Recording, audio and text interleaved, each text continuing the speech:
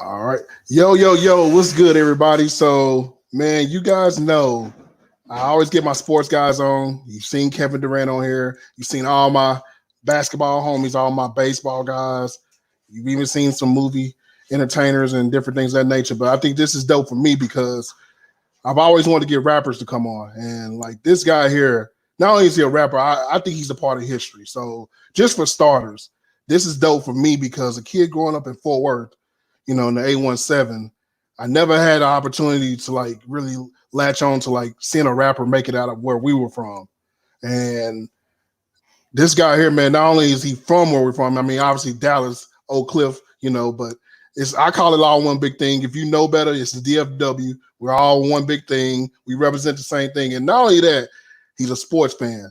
I've seen this guy at Maverick games before. He's a diehard Cowboys fan. I think we can talk a lot about that today. So before we do that, I've already put his information where you can follow him on Twitter and IG. Y'all definitely follow this guy, man, because like I said, today is something special. Y'all see that record behind me. Y'all know that this man was a part of that history as well. No one can do it better. We can keep going. We know all about the work this man got, but I'm going to bring this guy in right now, man. So for everybody that you know who this is my guy here, man. The legendary Doc, D.O.C. D.O.C. is in the building, man. So, man, just for starters, man, appreciate you coming on the pod, obviously. And this is a first for me because, like I said, I've never had an MC come on and do this. I always get sports guys, so I think this is a dope thing for me. And just a long time coming. I've been following you for years. I know we both been following each other for years, man. So it's pretty dope, man. So before we get started, man, how is quarantine like for you? You know what, bro? It's I'm not even, I'm not tripping on none of this stuff, bro. It's, it might seem inconvenient for some people, but for the past 30 years, I've been living in sort of a hole where it's been kind of messed up. So to me, I'm thriving right now. You know what I mean? I'm doing things that I've started making moves that I haven't made in a long time. The energy, just the energy of the universe is pushing me forward right now. That's dope, man. And I think like right now, like I was explaining to a lot of people, for people like us that are creatives, that create things, this is the best time to really sit back and, analyze what you're doing. So I got to ask you, man, obviously, I know you're a sports guy. You've been watching that Bulls documentary. Did you watch it? Oh yeah, for sure that. So what you think about it? What you think about it? Look, I was already a Jordan guy. You know what I mean? And so, I mean, it is what it is. He's a GOAT, and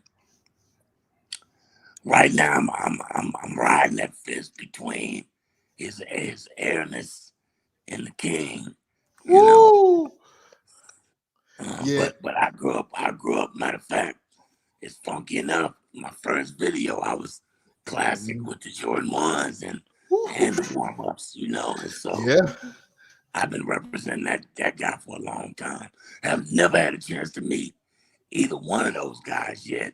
We may make that happen. Those guys are on my bucket list, but I enjoyed it, and it put a lot of. Jordan's just an inspiring guy. What I got from it is, dude is just a masterclass athlete, bro. Yeah. And so, whatever he went through, his trials and tribulations, what was foremost in his mind was that he wanted to be the greatest at his job. Yeah. And he was that, no question about it. Man, so we're going to talk sneakers in a minute because that was a unique thing I was going to bring up about the Jordan 1s. So, man, like one thing I will say is this. You're a big sports guy, so we got to talk some sports. So we're going to start with the home team. I know you're a Cowboys fan, and I am as well. Yes, sir. So yes, sir. I need you. I'm going to ask you this off the bat. Who is your favorite Dallas Cowboy of all time? Irvin. Playmaker. All right, so shout out to 88, the playmaker. You see, I didn't even take me 1 second to answer that because that's my guy. Oh, man. Shout out to Michael Irvin, the playmaker himself. I won't say obviously Tony Dorsett's the original 88, but to me, the most iconic 88 is definitely Michael Irvin. So right now with the Cowboys, you got Zeke. We got Amari Cooper. We just brought over CD Lamb. What you think about that, man? Because what you think about that? What you think about CD Lamb? Come on, man. We ready. Okay. We ready. We Okay. got 4, 5 Class A receivers, got a Class A quarterback, and a Class A running back. If this line holds up, bro, I don't see no reason why we're not there. Man, that's On dope. top of everything else, we finally got a fucking excuse me. No, On you top cuss. of No, you everything, cuss.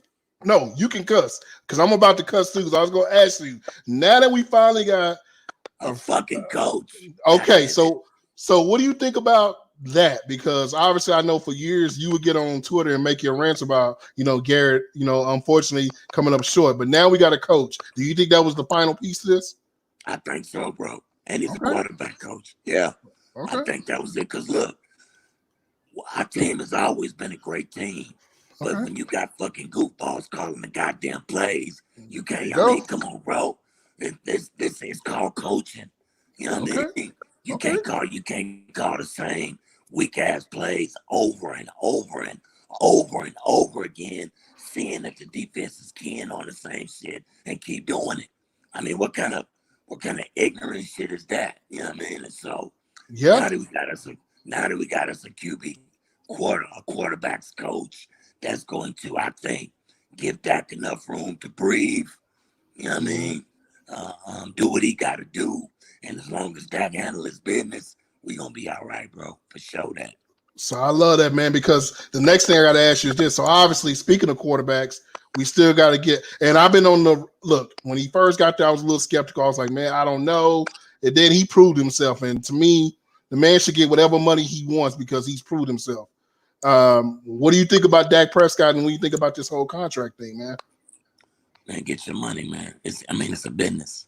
Yeah. Get your paper, because you only get certain opportunities to handle your business.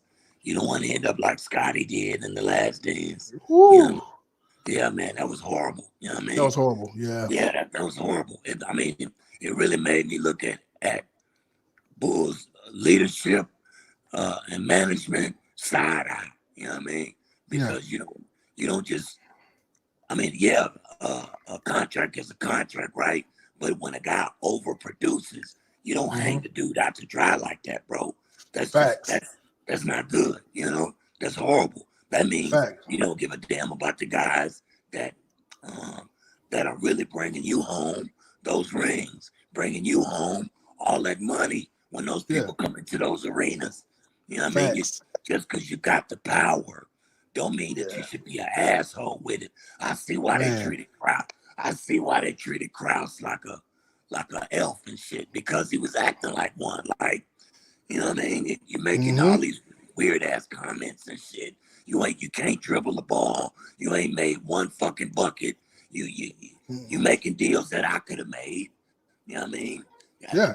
You know what I mean? So do your job, yes, but don't be an asshole with the power, bro. So, man, I agree with you on that. So, speaking of basketball, man, our Mavericks, man, we finally got some championship in 2011. Long time coming.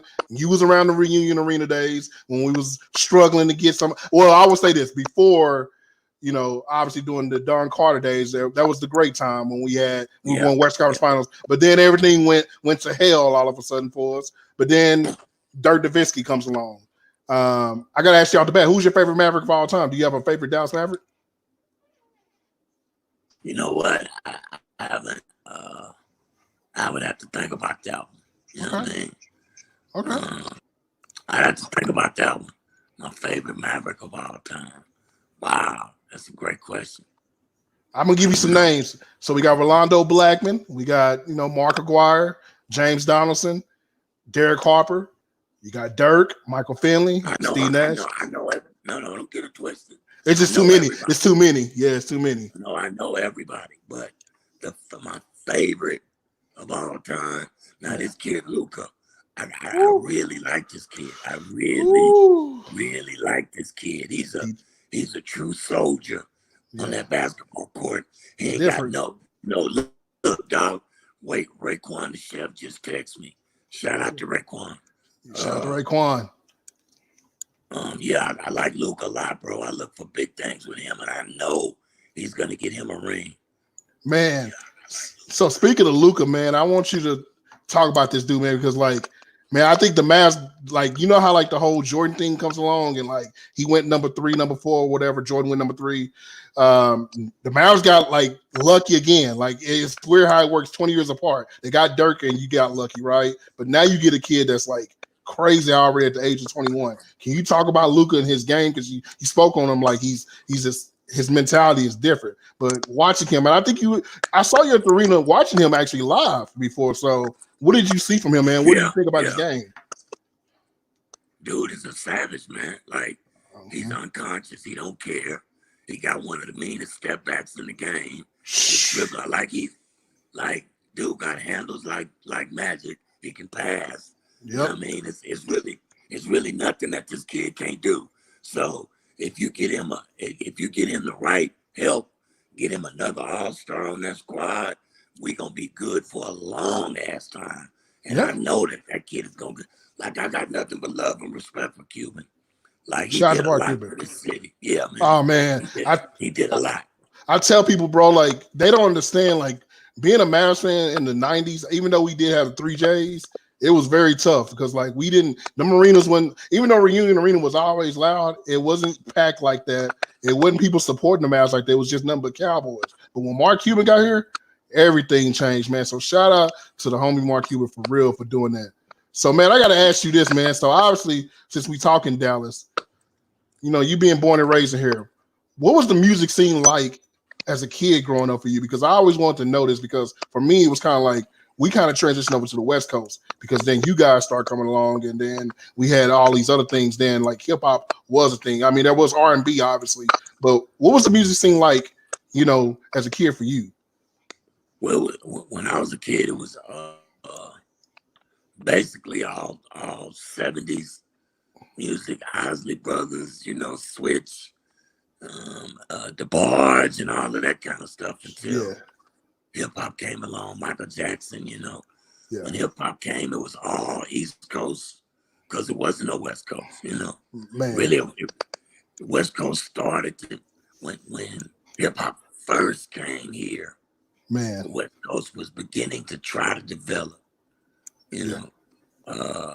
But the West Coast didn't really even blow up till I went out there, you know. Man, being with you, they had Boys in the Hood, they had Gangsta, and it was another one of those songs that they had, but it was all it was so underground and so dirty they couldn't break through with that. When I got there and did We Want Easy, you know, the next week, that record was the #1 record in the country, and Easy was out of here.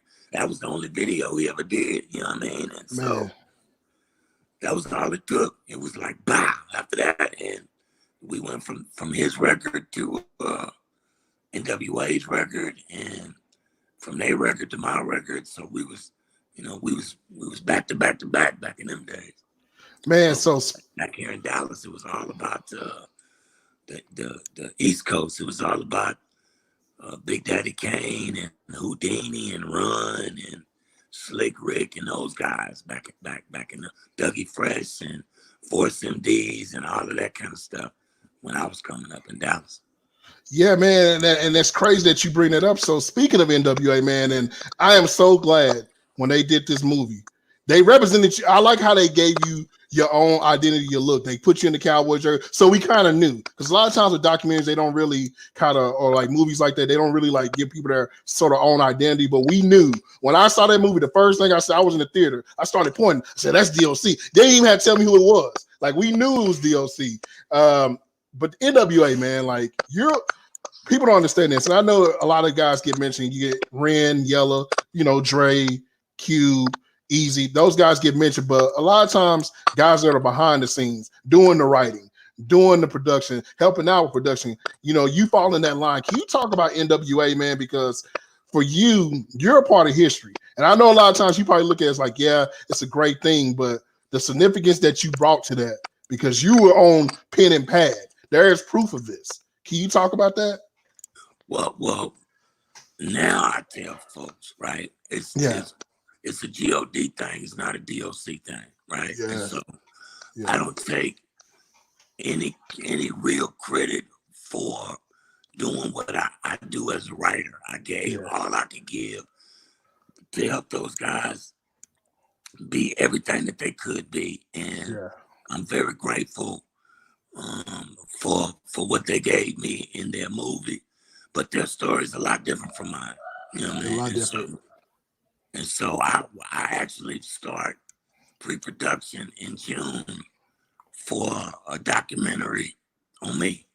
You know, yes. And so you've heard every story, but the real one. And so I feel like it's time for me to give you the gospel. You understand what I'm saying? Okay. So, and really, I never really got a chance to put on for my city, like the kids say.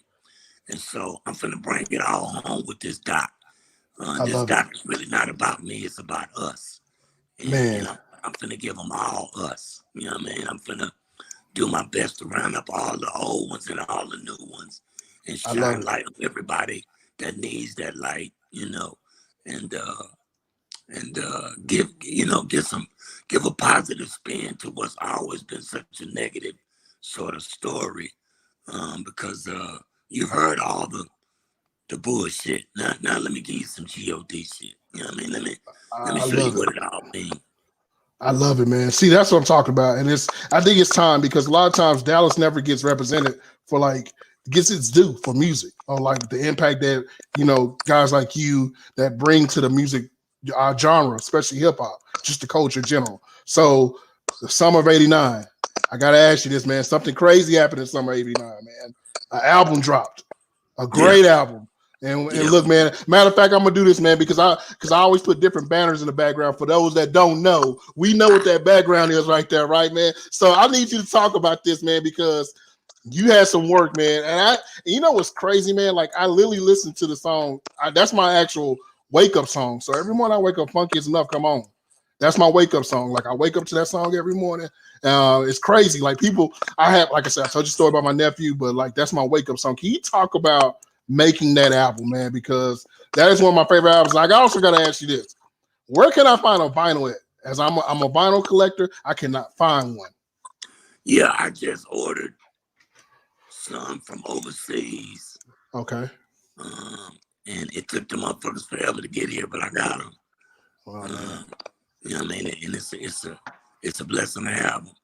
But that album, really, bro, it was an experimental record. We spent no time, really working on that record. The actual work time is probably a week, maybe two. Wow. To make that record. And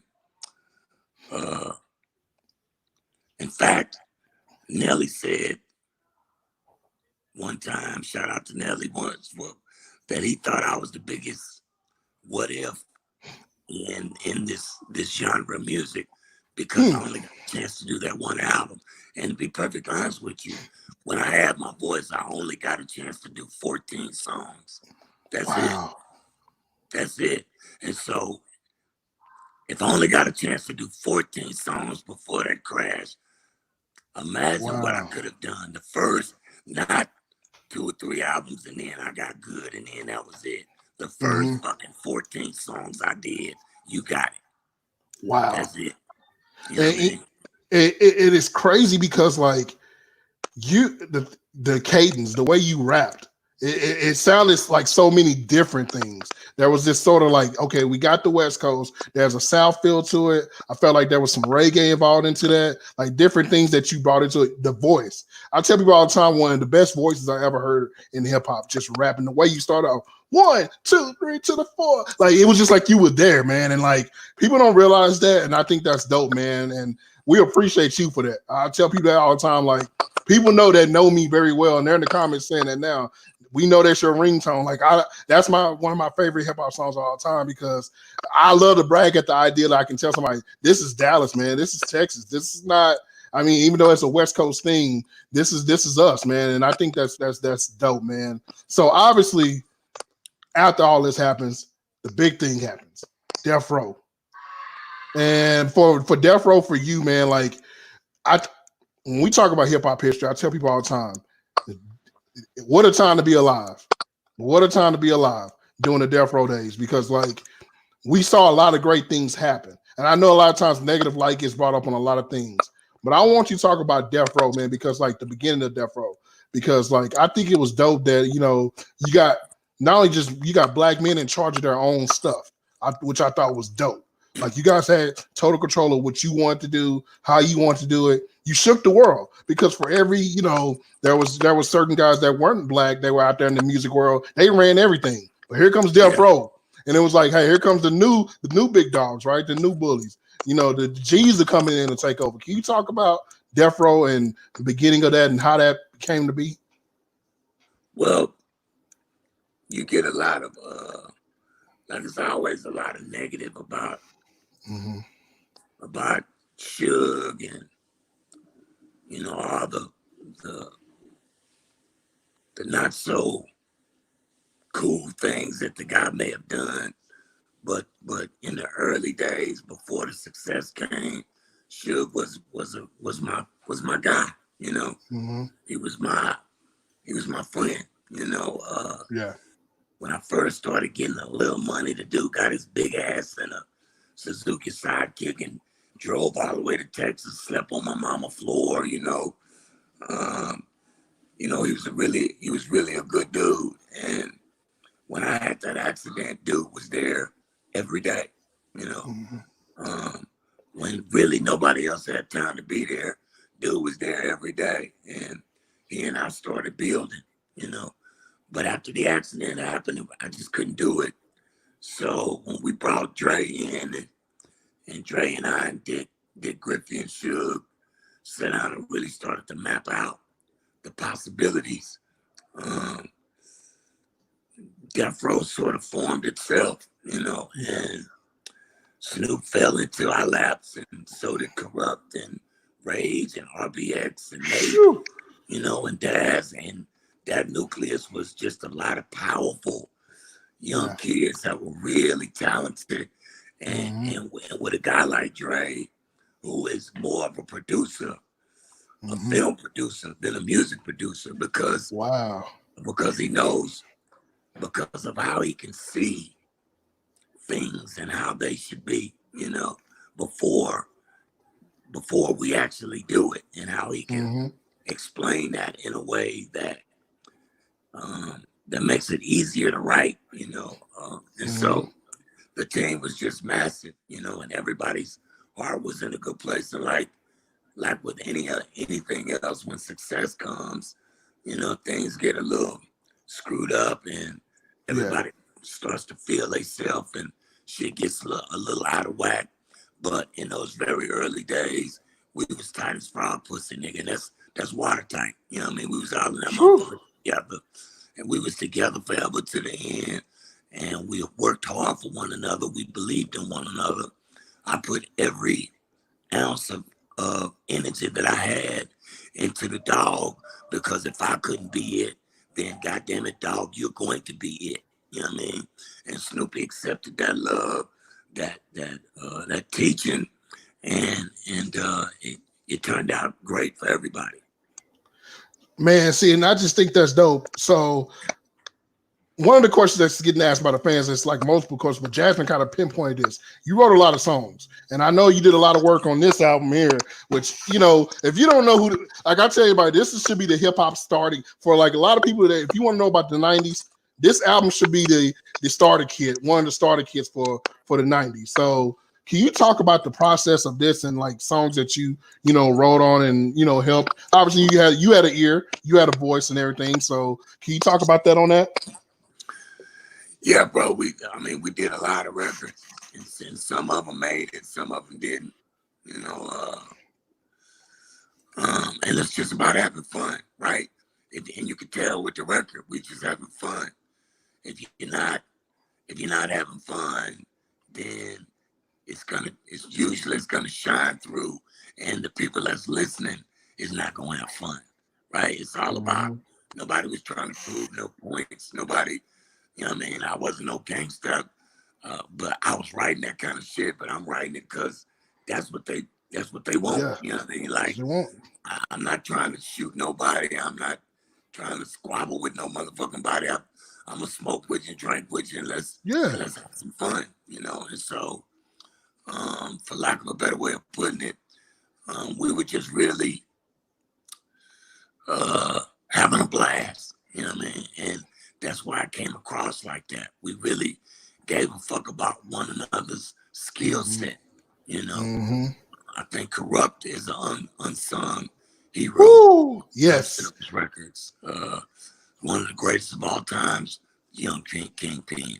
You know, I think he could have easily did his own thing, but he sacrificed for the team, you know. And so, yeah, we was all together like that. And so I pay homage to Nate Dogg, R.I.P. Without Nate, it was impossible. You know what I mean?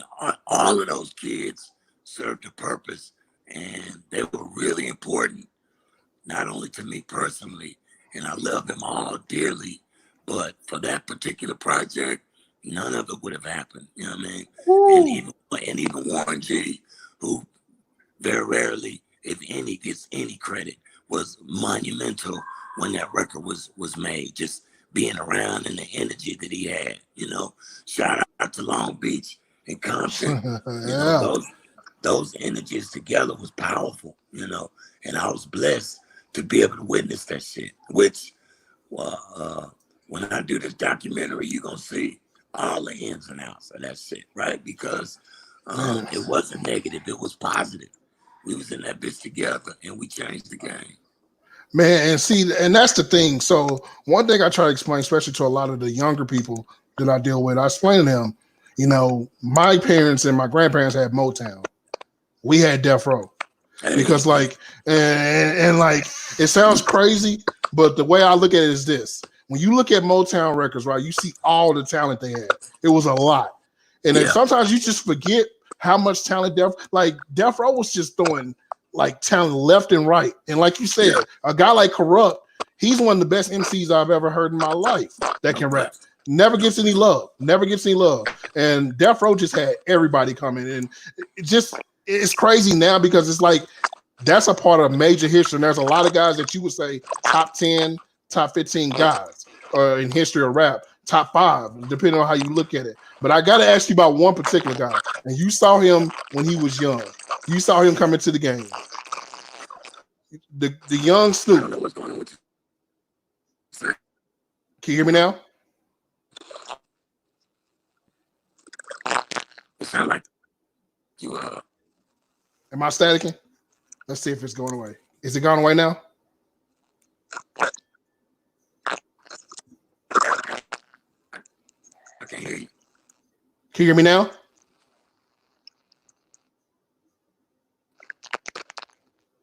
Okay, back out and come back in. Got latency going on. Yeah, it's probably lagging. Let's see. Can you hear me now?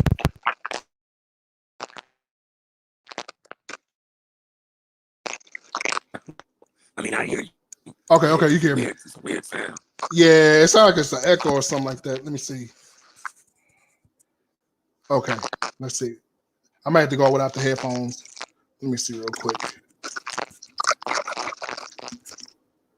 Can you hear me now? All right, is it still there? Yeah, it's still there. I can hear it.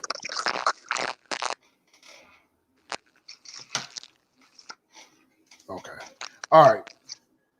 So, can you talk about young Snoop? Okay.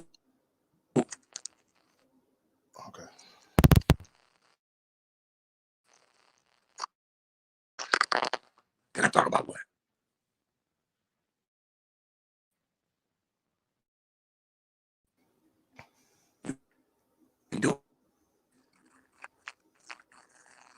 Okay. I think it may be lagging. That's what it is. I see what it is. If you can't back out and come back in, use that same link.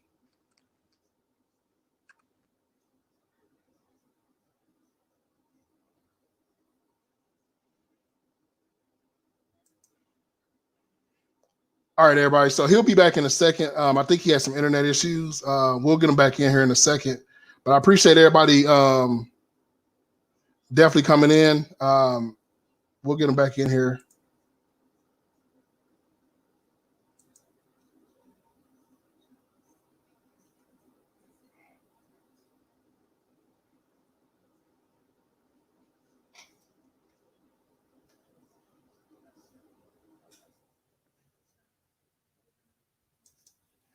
But yeah, definitely, guys, leave your questions, leave your comments. Somebody let me know if you're in here right now, if you hear any static. If you don't hear any, let me know.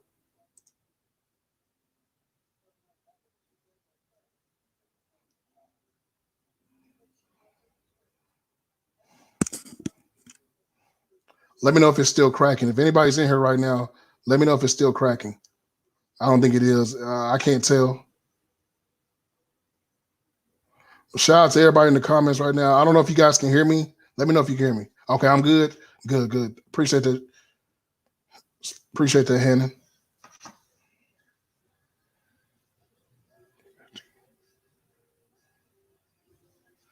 But yeah, man, this is definitely hip hop royalty.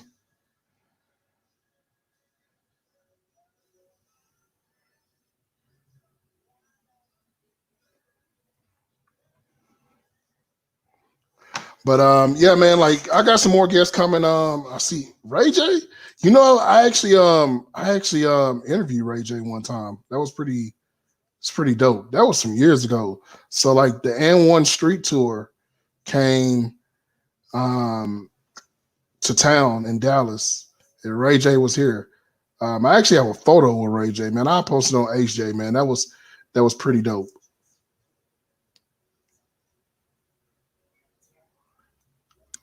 And we can D.O.C back here right now. He's coming back. He's gonna reset real quick and get back in here. But I appreciate everybody staying in here, checking this out, man. This is like dope hip hop history, man. If you guys know, hip hop is in all of us, of course. We all bleed hip hop, so man, this is dope for me. Obviously being a DFW guy forward, but DFW in general, and having somebody of that coming in will be huge for me. So, I've had different guys on. You guys know I've had Kevin Durant, had all kind of guys. This one's definitely special for me because it's royalty. So we got him back in here. Let's see if we got him in. I got it. All right, there we go. There we go. All right, Hey, so the comments, man, it's a couple of guys from Oak Cliff, man. In the comments, man, they loving this, man. They naming all the songs now. They posting the lyrics, man. So shout out to Shy, shout out to BMO, them guys. Like I said, my family, the guys I was telling you about, they were from North Denley over there. Those are those guys, man. They loving this right now, man. They think this is royalty, man. So this is definitely big for all of us, man. We appreciate you. So I gotta ask you again, Young Snoop. So you saw this from the beginning, and history is once again death row. It's a big deal. When you saw Young Snoop, what did you see? Because I think obviously you have a amazing ear for music and talent because you were part of this. What did you see from Snoop? you know what? I got to give all the credit to what was possible with Snoop to Dre. Dre saw it, and Dre convinced me that that was it.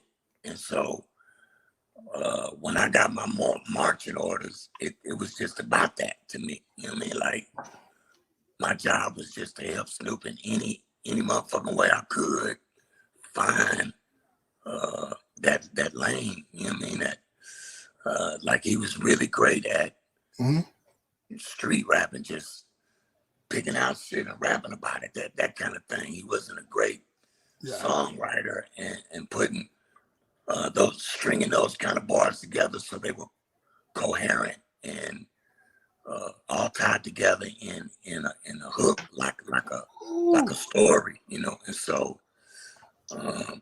as we worked, I really just tried to help him find that groove. And when he wrote songs and we wrote songs for Dre, I tried to help him find that lane. Mm-hmm. While we was doing Dre stuff, and Snoop's a great kid. He was a great student, and he was into it, and he wanted to be the greatest, and that's why shit he is, because he worked hard at it. Mm-hmm. He wasn't satisfied with being uh, the bomb in the hood. He wanted to Yeah. be the bomb in every motherfucking hood. So he Yeah. worked. He worked like Kobe worked. He worked like Jordan worked. He stayed up with me and wrote songs. And if I told him, nah, you got to take that line out, that's No, it was good up to this part. Then it fell off right here. See how I do this? And I take this part and put it right here. And then if you do that, now all 8 of those lines are really dope. See how I do that? Now start Mm-hmm. from there and talk about blah, blah, blah. And then when you get to this, see, he was all into that shit. And so it worked out well for all of us because during that time, I was really probably at my lowest in my life. You know, I lost my voice. It was gone for me. And so I couldn't do it. You know, I was stuck on drugs and stuck in alcohol and, you know, and was trying to really get out of here. You know what I mean? Mm-hmm. So many ways, but Snoop allowed me to live again through him, you know, and I can't thank him enough for that. You know what I mean? I often say when they won, I won. Whenever you saw those dudes on stage, I was right there. You just couldn't see me. You know, I was behind the curtains, you know. Mm-hmm. I remember one show, I forget which one it was. It was one of those award shows. They came out in a purple lowrider on one of the award shows. And right before they went on stage, Dre spilled something on his shirt. Dre had my shirt on, you know. I was Oh right man. on the side. I was right on the side of the stage without my shirt on because Yeah. the show must go on, you know. And so when they won, I won. That's how I feel. Wow. And Yeah. so, yeah, so that's what it was for me. If I couldn't have it, the dog was going to have it. You know what I mean? See, and that's Dre was family. going to have it. Yeah. And that's family. And that's family. It's like it was a team. And I tell people that all the time. Now that I understand it more, it just seems like whoever was going to be next, they were going to be next. It was just depending on the guy who was going to sacrifice. So somebody had to sacrifice. For every Jordan, there's the Pippen. You know, there was the Pippen who could have been a superstar anywhere else. But hey, I'm fine with being an all-star and being a part of it. And now they're making my money. So I think that's where greatness come from, Ken Folk. Yeah. That's where greatness come from. Jordan couldn't have did that shit by himself. You can't do it by yourself. Nobody can. I tell them all the time, it takes 5 fingers to make a fist in order to knock a motherfucker the fuck out. Unless you Bruce Lee and hit a nigga with a fingertip and knock his ass out, you can't do it. You need them other 4 people with you. So when you're making a great record, and I don't mean a good record, but you know, the guys is out of the street guys, they doing their thing. I'm talking about making timeless music. I'm talking about music that's going to be around 30 years from now, and people are going to be going, wow, that album was fantastic. Though that's crazy. They don't concentrate on doing that anymore because the time we're in, you don't have to do that. You know, the money is fast, it's quick. And I respect all these young guys, all of them. Matter of fact, when it comes to this documentary I'm doing in a perfect world, right? In my heart of hearts, I want to reach and get all of these young guys and put them all on stage. And I'm talking about all of them from the Trap Boys and Beezies to the Mo3s, just so we can show these babies that what it's really about. You know what I mean? It's about us getting together and making this money. You know what I mean? Because without us, they can't do it. And it's supposed to be all about us. You understand me? And so Dallas Fort Worth, you said it earlier. Dallas Fort Worth, even the young cat Boo got a casino out there in the funk, you know, him and his crew, the Flamingo, pink Flamingo boys or what. You know, all them guys. I'm trying to see everybody on the same page because it's enough of us here in the DF Dub that if we all got on the same page, we could all get this money. That's what it's all about. You know That's what it's all about. Get that money. Rumble, young man. Rumble. Goddamn. That's why I tell people, man, money don't stop. They don't stop making money at the mint. And that's something that people need to understand. The money never stops. So you get yours and it keeps going. But we're going to go to a couple of fan questions real quick. So when it comes to ghostwriting, shout out to Christian G for this question. He said, let's go back to 2015. The Drake and Meek Mill beef came about because Drake was using a ghostwriter. Why do you feel like it wasn't discredit when you were doing it in that time, but now it is today? What do you think about that? You know what? I don't give a fuck about none of that shit, to be honest with you. Like, Yeah. Drake is selling a shitload of records, and God bless Mm-hmm. him. And if you don't Yep. like him, then that says you've got a problem, right? Because Yeah. that guy's winning. You know what I mean? So be happy that the guy's winning. That who gives a shit? Everybody loves Eazy-E to death. He never wrote anything. You know what I mean? And so Yeah. He's yeah, never. He told you he wasn't a rapper. He wasn't a yeah. rapper. He just had to happen to have the voice, and it was It's like about cool. it's about us, my nigga. Yeah. If one guy writes it and another guy raps it, guess what? Two guys win. You know what I mean? Come on, Mm-hmm. man. What's the problem with that? You know what I mean? Now, those Yeah. those of us who are that want to be quote unquote MCs, I can Yeah. understand from that perspective. But that was the old days. That's how they did it when I was coming up. You know what I mean? And so everything must increase in this world. Knowledge and everything must increase. And so we look at things on a different plateau now. Now it's about us all winning instead of just the one guy winning. So take a page out of LeBron's book. Bring your boys with you. Put everybody down and let the boss make bosses out of everybody. Yeah.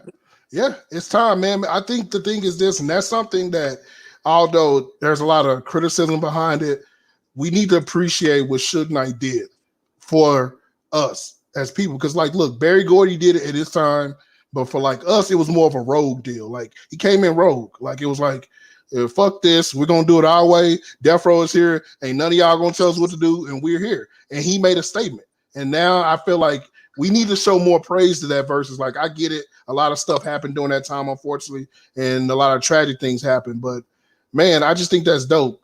So another good question was from Chad, and he had a good question. He wanted to know, what was your favorite project that you worked on? Did you have a particular favorite project that you worked on that was like, man, that every time you think about it, it comes to your head, studio moment or something like that? You know what? The all of them really. Yeah. The early records were the most fun because we was just spitting that shit out, you know. And you know what? I've been listening to No One Could Do It Better a lot lately, and Uh-huh. here recently, right? I'm trying to catch a vibe for this documentary, and when I listen to the commercial, I really get a kick out of that shit. The Yeah. commercial Yeah. where Michelle was singing the blues song, and it Mm-hmm. was me and Dre and Cube and Eric was Yeah. talking like old men. Mm-hmm. That was just fucking fun. We was having so much fun back then, bro. It It was was. just really a cool time. You know what I mean? That's dope. But if you take that and look at it juxtaposed to um, the 20-second pyramid commercial we did, right? Yeah. Same thing. You Yeah. know, Yeah. me and Snoopy were booting Elite Farnsworth, and that shit was fucking fun as hell. We was just having a blast. Everybody was in that piece, smoked out and drunk, and you know, it's really about shit like that, you know. And really, what I would like to do, my next big mission and prayer is to create that vibe again here in Dallas. You know, Wow. find 4 or 5 young, really fucking super talented kids and go in and make a really dope fucking record. I want to do that at home. I want motherfuckers at home to know that we got that in us just like, you know, everybody else. You know what I mean? We really the wave is here in Dallas right now, to be honest with Yeah. you. It's why I'm Yeah. trying to tell these young boys, you know, it's another level. It's another level. And if you jump on it like this, watch Mm-hmm. what happens. You know what I mean? Because the people with all the money will start looking at you in a different light, and they'll bring money to you in a different way. And if we can pull this thing together, hell, this time next year we could be traveling the world together. You know what I mean? Just going and getting some money and like Dallas Fort Worth niggas. You know what I mean? And so Yeah. I'm really hopeful that that the young guys who I love and respect all of them will fuck with me, you know. Yeah, and and unfortunately, like with Dallas and especially Fort Worth, there's so much beef, and I don't name names, but you know, it's a lot going on right now in the city. We need to get that cleared up. So I got to ask you one more rap question, man. Obviously, you were around this guy as well, Tupac. I mean, speaking of like once again, Death Row, that's our everything. You know, that's our Motown. Tupac is like our in our way at that time, our Michael Jackson. He kind of spoke to us in a different in a manner. Can you talk about Tupac, man, his work ethic and being in the studio with him? Like, I know you were there for all that. So, what was it like to be around Tupac?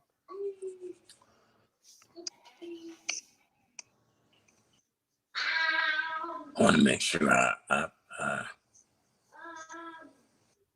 give the proper credit to what this man was. Okay.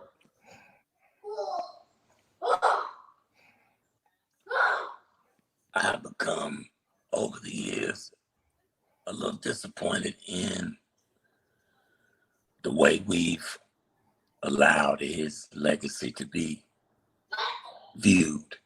You know what I mean? Tupac was a great man. He believed in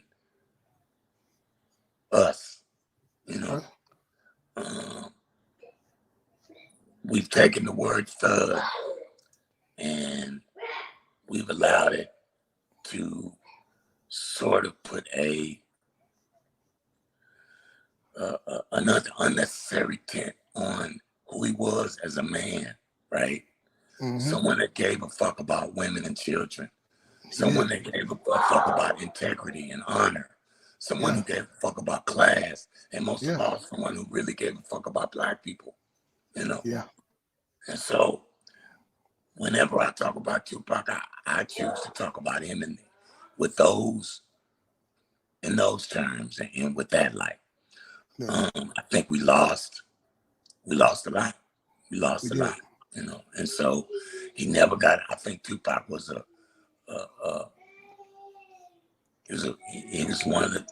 he was a classic, bro. Yeah. You know, there was nothing that the guy couldn't do. He was as good as an actor as he was a rapper.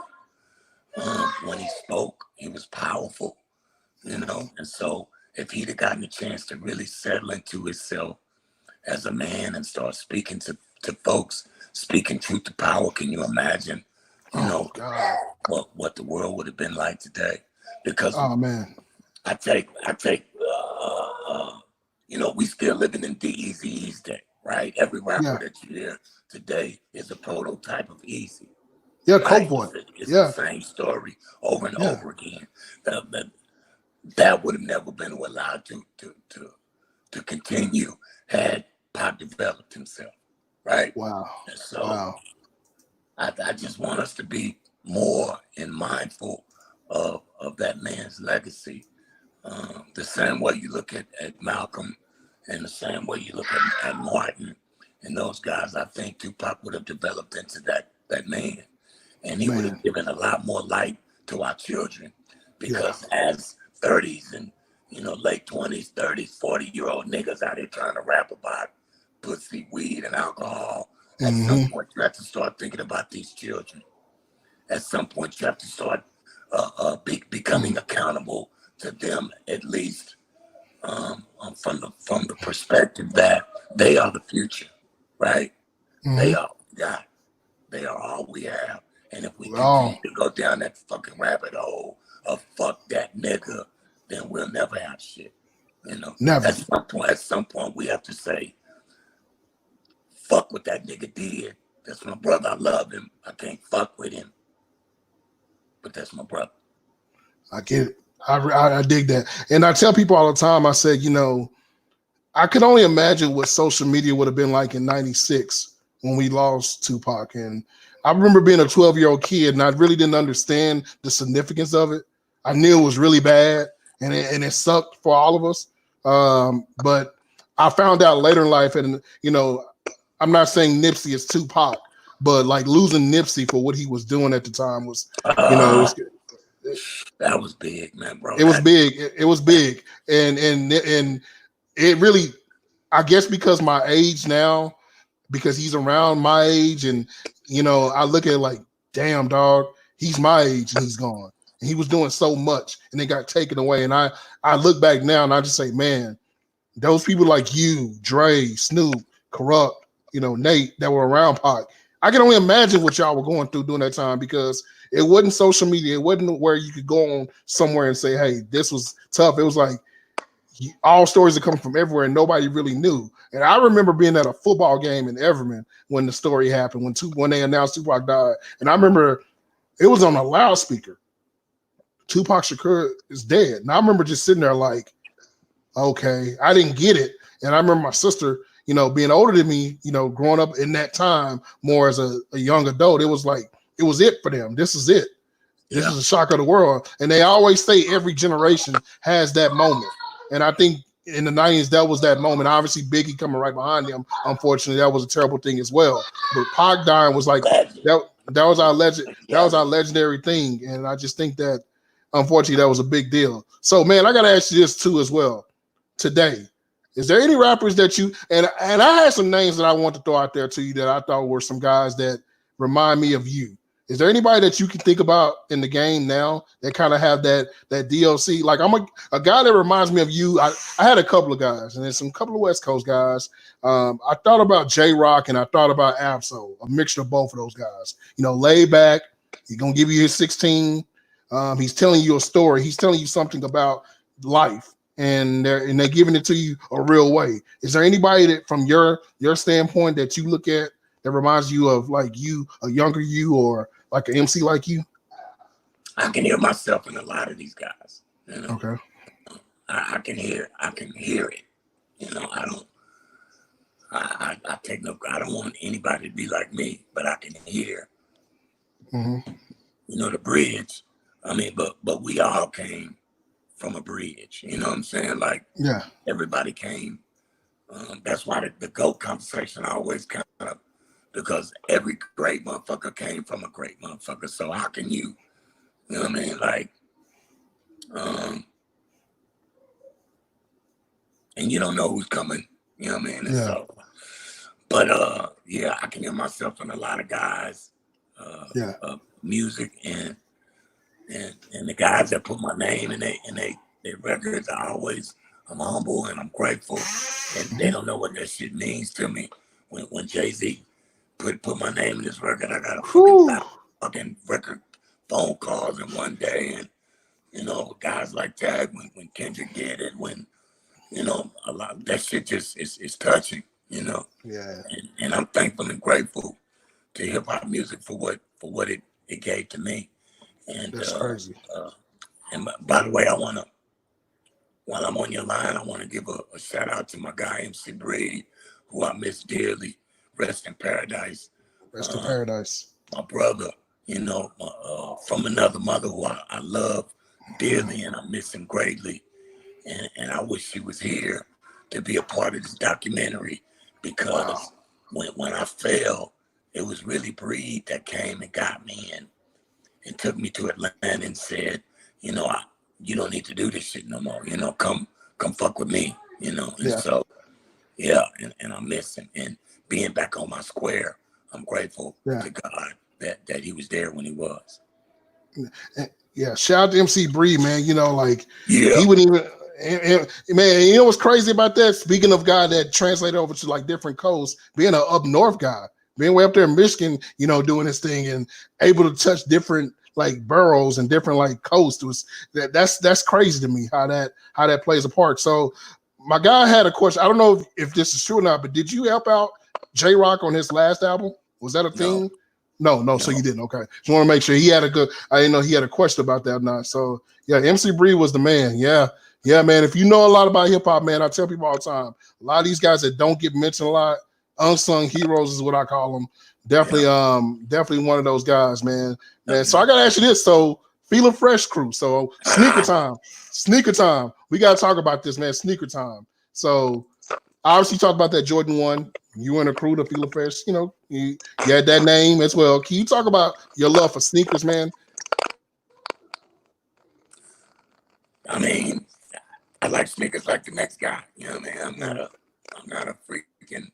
I just started getting to the point where I keep boxes of them in my closet, but that's Okay. because it shit is starting to get good again. You know what I mean? Like I was feeling fresh cool because this guy named Dr. Rock, shout out Dr. Rock, was that was his deal. He wanted to do that, and it didn't matter to me. However you want to do it, I'm willing to do it. Shout out Dr. Rock and Fresh Cake, the Feel Yeah. Fresh crew, Yeah. the original. I The hate to go to original. work. Man, shout out to the Fila Fresh crew. And people don't realize how big Fila was at our time and how that was a big deal, man. That's crazy. So shout out to my boy Clean Cut. He wanted to know about the fourth legend, Six Deuce. Were you familiar with Six Deuce and all that stuff? Six Deuce is one of the coldest dudes to ever come out of Texas, myself included. Six Deuce is like, Six Deuce is a real live blues. He's the BB King of rap. You know what I mean? Like he was so southern. The only motherfucker that I've ever heard be more southern than 6'2" on a record was Pimp C. Okay. And those guys are in the same ballpark for me. You know what I mean? And I wish things had turned out differently for 6'2" and myself and the path we took. Shout out L Dog and Erotic D and Cadillac Sevilla Mac and Uptight. Those guys worked really hard to make that record Deuce. But 6'2" was the star to me. And I wanted to build everything around him because I thought he was the greatest of all time, from down here. But you make plans and God laughs. It's his world, it's not mine. You know what I mean? So he's still in the funk. He's still doing what he's doing. And I know he's trying to reach out to some of those young guys and connect with the young ones just like I am in Dallas. And so maybe one day we can all come together, and do what we do. I think that'd be dope, man. I think for the DFW, that'd be huge for all of us. So, one thing I have on social media that's a big deal right now is the IG battles. Have you been keeping up with them? What do you think about that? I don't. So would you be interested? I only watch Badu's because that's my girl. You know what I mean? And I gotta do that or I'd be in some shit. But, I was going to ask you that. You had to watch that. You have no choice, buddy. Yeah, no choice. But everybody else is, I'm not really into that, right? I'd rather, instead of us, this was the problem, bro. This is the problem. East Coast versus West Coast. How about East Coast and West Coast? How much better would Legend? Would you quit yelling? My son, loud. That's all good. It's all good. Just imagine what it would have been like if it would have been the East Coast and West Coast instead of East Coast versus West Coast. What if it would have been this person and that person? Why is it always got to be struggle and strife among us? God damn it. This is music. It's made for you to judge it. Made for you to love it, not for you to judge it. And we need to get on point and be in this bitch together, all right? Yeah. At the same time. Whatever you doing, it's enough customers out there. Whatever your game is, it's enough customers out there for us all. For real. Man, this is and you speaking a lot of gospel right now. A lot of truth on that. Y'all sit down. And it's a lot of truth, a lot of gospel, man. So from the C Hendo family, all the whole C Hendo gang, man, we appreciate you, D.O.C, because this is huge for us. Like I said, for me. This is a new stepping stone for me to actually have not only just a guy in hip hop. This is history for me, man. Like, you don't understand the importance of what you did for me. And your story is a lesson. It's not only did you teach me music, you taught me a life lesson, and I can't wait till that documentary comes out and till that movie comes out because I want to be at the premiere. I want to be able to cover this premiere and say, man, I want to know a lot about you, more about you, because we only got to see in the NWA movie the unfortunate. We saw the beginning, we saw the unfortunate. We don't get to see the come up, the struggle, everything that coming out of a hood that I'm very familiar with. So I think that is just dope for us, bro. And we appreciate you, man. And Tell everybody where they can find you, man. Like where we can find you on social media. I'm on Instagram and Facebook. I'm at D.O.C on Instagram. I am Doc Curry on Facebook, and really that's all. That's all I do. Yeah. I'm a simple nigga. I'm a country Dallas, Texas boy. It took me a long time to get back home, but like I said before, this documentary, it might say D.O.C, but it's really about DFW. And when I get through with this bitch, they gonna really say, yeah, that nigga put on for his city for real, for real. You heard me? For real. I love it.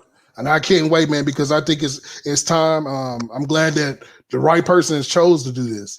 And I think maybe God was choosing you to do this at the right time. I'm glad that we get OG to come in and explain that, because there's no. I give him all the glory, man. I'm just playing my role. I love it. I love it. So, man, we're going to close this down. Everybody, when that drops, I need you guys to support. I need you guys to retweet, post on IG, whatever he posts about this upcoming documentary, whatever project he posts, we need y'all to repost that. I know you guys are in the comments now. I definitely appreciate y'all. Follow my man's, follow his journey. His journey ain't over. It's just started.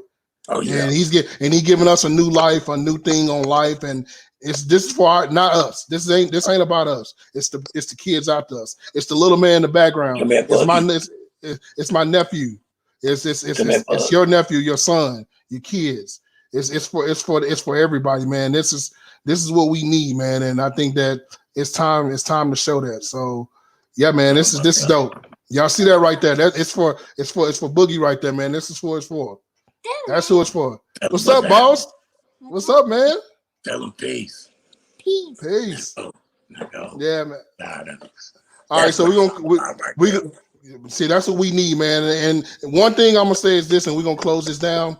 I appreciate you being a great family man. I think that's something that never gets talked about in the hood a lot, that the fathers are never around, but you around, man. I've been knowing you for a minute, been following you around for a minute, and you always post things about your children, and I think that's your family, and I think that's the best part about this, I think. So shout out to all the fathers, man. We don't get ours, man. The mothers get it all. We don't get none of ours. They don't even give us hell, we barely got a day. They don't give us nothing. Yeah, man. Shout out to the dads, man. Make sure that you appreciate your father. Appreciate not only your father, your uncles, your OGs, because at the end of the day, we won't be here. None of us are guaranteed to be here tomorrow, unfortunately. And it's time to start showing praise there. So, man, we're gonna close this down. You stay here, but we're gonna close this down. I appreciate you guys, and definitely, man, follow my mans. We out.